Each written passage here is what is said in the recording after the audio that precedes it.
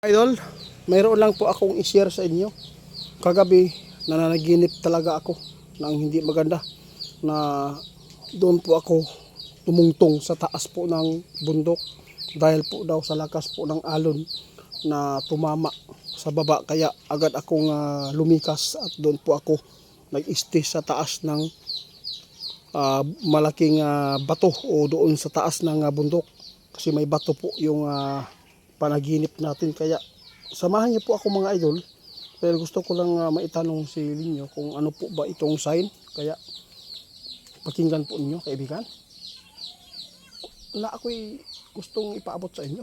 Kagabi na naginip ako, grabe ang sama, ang lalaki ng alon, kaya agad akong nakalikas sa tuktok na mayroon pong bato. Doon po safety po ang aking kalagayan. Kaya gusto kong itanong, ano po bang ibig sabihin nito? Naku po mga idol, ito po ang sabi ng ating kaibigan, masama po yan itiit kapag yan po ang panaginip ninyo, dahil po isa po itong kalamidad na pwedeng mangyari po dito sa Pilipinas. Naku po mga idol, sabi ng ating kaibigan itiit, alam po ba ninyo ang panaginip mo? Ang kahulugan yan, posibleng mayroon pong tsunami, mayroon pong mga lugar na malapit sa dagat na bigla na lang lumaki ang tubig. Kaya sa lahat ng makapanood mga idol, inisishare ko po ito, no? Sinishare ko lang po talaga itong panaginip ko sa ating kaibigan dahil po sila po mismo ang nakakaalam kung ano po ang mga sign nito. Kaya nakakatakot po ito mga idol. Mag-ingat po tayo sa tsunami ha. Na kaibigan, kung ito po ang aking itanong sa inyo kaibigan, yung kanlaon, parang hindi po talaga maganda yun ba sa ilalim ng dagat. Yun po ang nakikita ko dito.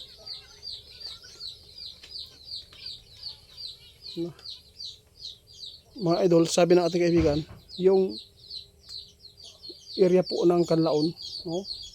Yung pagsabog, masama po daw ito, sabi ng ating kaibigan.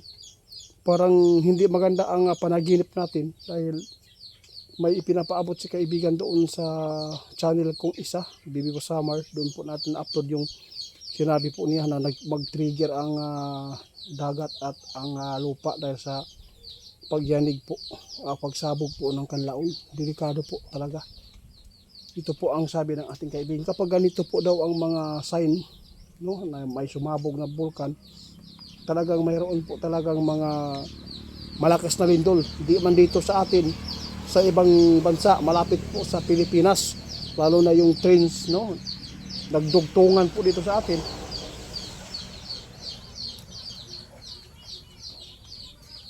Salamat po mga idol. Sabi ng ating kaibigan ngayon, kailangan po talaga natin na maghanda. Kahit man ay wala tayong panaginip, basta ang importante dito, makapaghanda po ang lahat ng mga tao sa mga anumang sakuna o kalamidad dito sa ating bansa. Dahil po ang sakuna mga idol, wala po talaga yan, no, patawad. Lalo na sinisira po natin ang kalikasan, sinisira ng mga tao. Tulad po ng mga mining area, kung ano man po ang nakukuha daw ninyo dyan ng mga gold, mas maraming buhay pa yan na isusukli dyan. Ito po ang pakinggan po ninyo. Grabe. Sinabi ng ating kaibigan mga idol, kung ano man po daw ang inyong nakuha daw dyan, no, kawawa kapag maningil na ang kalikasan, mas hihigit pa sa tao na kabayaran.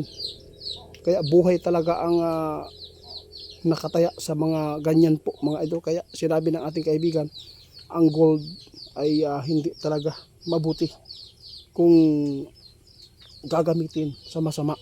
Kaya sa lahat ng makapanood sa amin, pakishare na lang mga idol, itong panaginip natin ay nagdugtong po ito sa sinabi ng ating kaibigan na mayroon pong masamang mangyayari dahil sa pagsabog ng bulkan o pagputok ang ilalim ng lupa at ang ilalim ng dagat posibleng hindi maganda. Pagbibigay ito ng trigger, magka-trigger po. Kaya maghanda tayo, lalo na mayroon pong ipinapaabot sa kaibigan na prediction dyan na mayroon pong mga tubig na aangat o biglang tataas at ito po ay napakadelikado ang tsunami.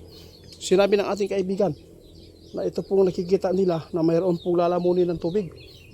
Iwan ko lang po mga idol kung hindi tayo sure sa ibang bansa o dito sa bansa natin. Kaya sa lahat po ng makapanood sa amin, maging mapanalanginin para hindi tayo mapapahamak. Wala tayong ibang mapupuntahan mga idol, wala tayong ibang hihingian ng tulong na walang kapantay, kundi ang Panginoon lang talaga. Kaya salamat kaibigan.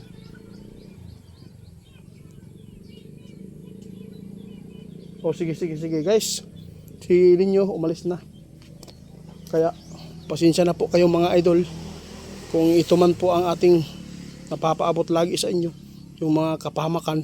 Kaya kung ano man po ang kapahamakan ay magbibigay tayo ng ikakabuti din na mapaingat ang mga tao.